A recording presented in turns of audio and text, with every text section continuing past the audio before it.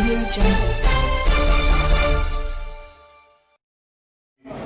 परिवर्तन की लड़ाई लड़ी जाएगी, वहां चंद्रशेखर हमेशा ही रहते। कल मैं उत्तर प्रदेश में था, आज मैं यहाँ हूं। मैं दिल्ली में अक्सर रहता हूं।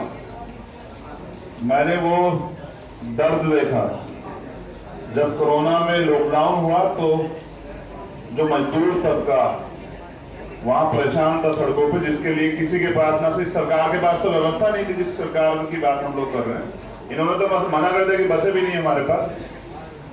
वो तड़प रहे थे रोटी के लिए, छत के लिए, घर आने के लिए, अपने बच्चों के पास पहुंचने के लिए। उनका हमराई कोई नहीं था। मुझे एक व्यक्ति नजर आ रहा था बिहार में जो उनकी मदद कर रहा था। ये सामाजिक लोगों का गठबंधन है जिनके दिलों में दर्द है, जो बिहार को वास्तविकता में परिवर्तन की ओर ले जाना चाहते हैं। मैं यहाँ इसलिए हूं कि ये और बड़ा हो, क्योंकि मेरा काम जोड़ना। मैं इसे और बड़ा करूंगा जिससे कि हम यहाँ सांप्रदायिक ताकतों को रोक सकें, जो राष्ट्र के नाम पे, धर्म के नाम पे हमेशा चलते हैं, उनको रोक सकें। तो मैं यहाँ इसलिए हूं कि हम लोग बिहार को मजबूत बिहार बना सके, खुशहाल बिहार बना सके। जो तमाम समस्याएं हैं यहाँ और हमारे एजेंडे, हम अपने एजेंडों की वजह से यहाँ, बहुजन समाज की वजह से यहाँ है। हम यहाँ इसलिए हैं कि शोषित वंचित समाज के लोगों को उनके अधिकार मिले। जो लोग अहंकार में, हमने सभी लोगों ने निमंत्रण भेजा है और हमने पहल की थी। मैंने खुद कहा था कि भाजपा को रोकने के लिए किसी की मदद लेनी पड़े या किसी को मदद देनी पड़े। कुछ लोग अहंकार में बैठे हैं, उनको नहीं पता कि जनता नेता तय करती है। जनता वो होता है, आज का समाज नेता उसे मानता है जो उनके बीच में रहता है, जिनसे वो किसी भी समय मिल सके, जिसे अपना दुख दर्द कह सके। और वीआईपी सिक्योरिटी वाले मुझे नहीं लगता है कि गरीबों की आवाज को सुन पाएंगे। धन्यवाद। लेकिन चंद्रशेखर जी, एक सवाल कि आप जहाँ जहाँ जाते हैं वहाँ जातीय संघर्ष होते हैं, अक्सर ये आपके ऊपर आरोप लगते रहे। जरा आर भारत जी, मेरा आग्रह है, उनको दीजिए, उनको बोलने दीजिए। देखिए, मैं वहां जाता हूं जहां जाति के नाम से हमारे लोगों पर अत्याचार किया जाता है। मैं कल गया था हाथरस। आप दया कर पाएंगे, आर भारत में तो नहीं दिखा है। एक बच्चे की जीभ काट ली गई, उसका रेप हुआ, उसके दोनों हाथ पैर तोड़ दिए गए, उसकी रीढ़ की हड्डी फ्रैक्चर कर दी गई। वो 14 दिन से हॉस्पिटल में है, न किसी महिला आयोग ने संज्ञान लिया। कल मेरे जाने के बाद कम से कम मैं इसलिए चला जाता कि न्यूज वाले जो संज्ञान लेते हैं और अपराधियों को सजा मिलना जो है आसान हो जाता है। मैं जहां जाता हूं इसलिए जाता हूं कि इस देश में रहने वाले 19-20% दलितों की भी कहीं बात हो जाए। मैं यहाँ भी इसलिए हूं कि मैंने इनसे वादा लिया है कि यहाँ भी जातीय अत्याचार पे हम लोग पाबंदी लगाएंगे।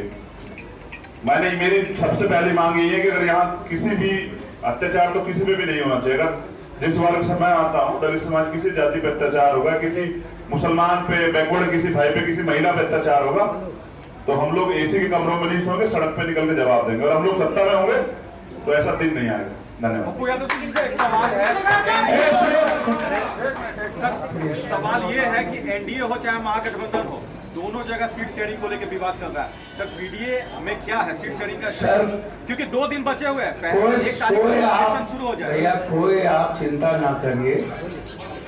जहाँ पर सत्ता और कुर्सी का लड़ाई ही नहीं है। कब घोषणा होगी सर ये? भैया, जो लोग सत्ता में हैं उनसे पूछिए कब घोषणा होगी। हमारी घोषणा हो गई और मैं आपसे आग्रह करूंगा कि कहीं भी चंद्रशेखर जी इस देश के,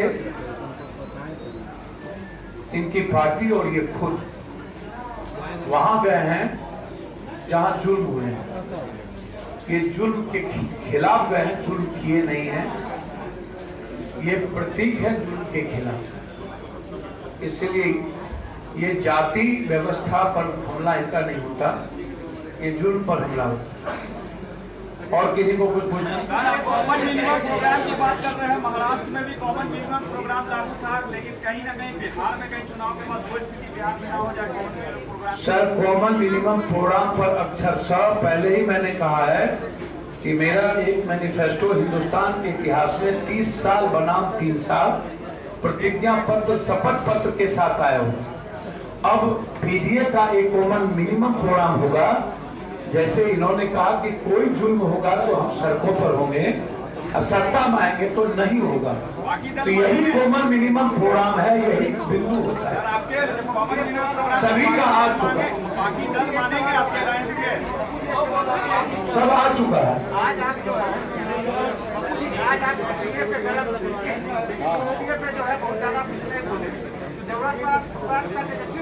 तो आपने क्या देखा यूपीए पर? हम नहीं बोले कि बीजेपी क्या करा रही है, कुशवाहा जी और मांझी जी को।